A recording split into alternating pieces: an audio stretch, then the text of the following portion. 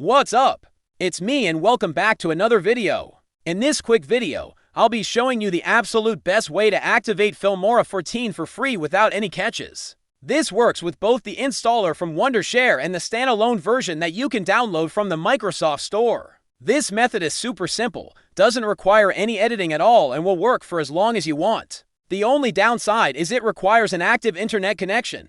And if you have the standalone version from the Microsoft Store, you need to be using a Windows account on the computer that you're installing it on. Otherwise, there's no real downsides, and it's literally as simple as clicking one button or restarting your computer. With that out of the way, it's really important that you do not install Filmora Go 14 yet. If you already have it installed, then uninstall it first. You can find it in your Start menu under All Apps by looking for Filmora Go, right-clicking it, and then clicking Uninstall.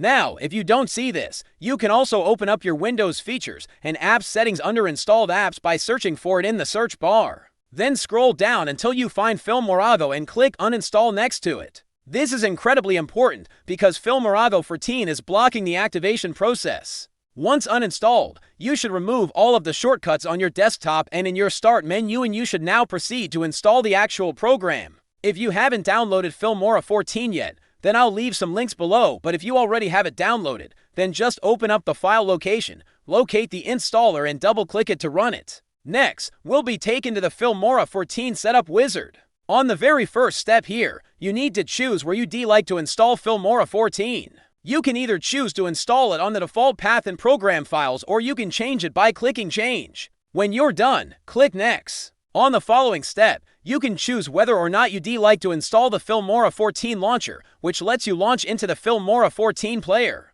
Honestly, you probably do need this and it takes up some extra space, so I recommend leaving it unchecked, unless you know you want it. When you're ready, click Install and wait for the installation to complete. This could take a couple of minutes depending on your computer. Now, once the installation completes, you'll see a few options. For most people here, you can just click Finish and exit out. However, if you've already installed Filmora 14 previously and you'd like to upgrade the existing version, then click Upgrade. If you'd like to, on this step, you can also choose what kind of user you are. Though honestly, it doesn't matter too much. If you'd like to report anonymous data back to Wondershare, you can leave these ticked or you can untick them if you'd prefer not to. When you're ready, click Start and Filmora 14 will start up for the very first time. You'll be asked to log into your account. Don't. Instead, click the gear in the top right and then click Activation Manager. In here, you can see that we don't have any available activation keys at the moment. So let's fix that.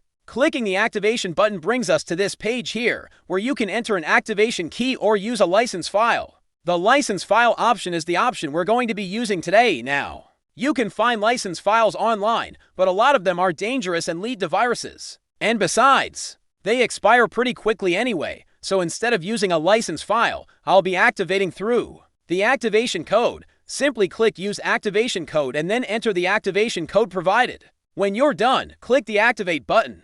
Now, once you've entered the activation code, you'll see that it's activated until lifetime. And when you click OK, you'll be brought back to Filmora 14, where we can finally test it out. And just like that, Filmora 14 has now been activated for free. Now, before you get too excited, it is important to note that this method only activates the software itself and does not unlock any of the premium effects. So you won't be able to use things such as the action view, sound effects, stock videos, music, sound effects, and transitions pack. These are locked behind the Filmora 14 Plus plan, which costs money. However, for the basic features, this is still completely free and it's more than enough for most people.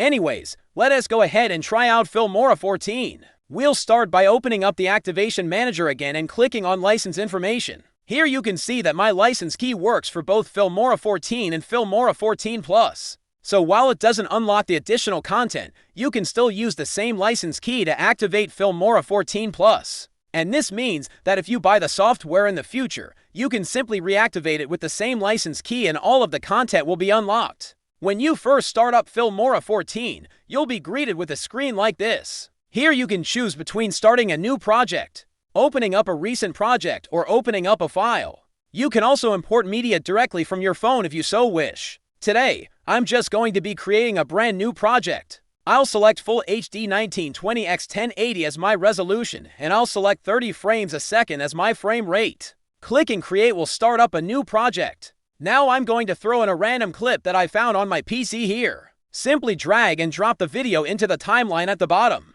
It's quite a large file and it starts playing back almost immediately. Filmora 14 is super optimized. On top of that, you'll see all of your video tracks, audio tracks, and even your storyboard all on the right-hand side.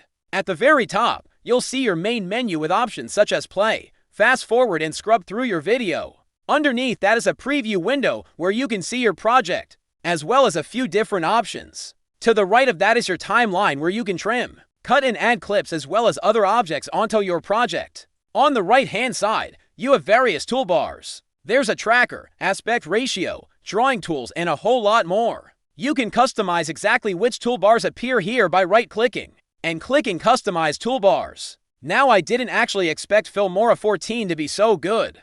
I thought it was just going to be another piece of free software that is filled with limitations, but so far it is pretty impressive. It seems to run smoothly and it doesn't seem to be missing any of the features that I would normally expect. If you're after a simple editing software that can handle 4K and you don't want to pay for something such as Adobe Premiere Pro, then I definitely check out Filmora 14. It's feature-packed and easy to use, making it perfect for beginners. But anyways, that's about it for this video. Thank you all for watching. I'll see you all next time. Ciao.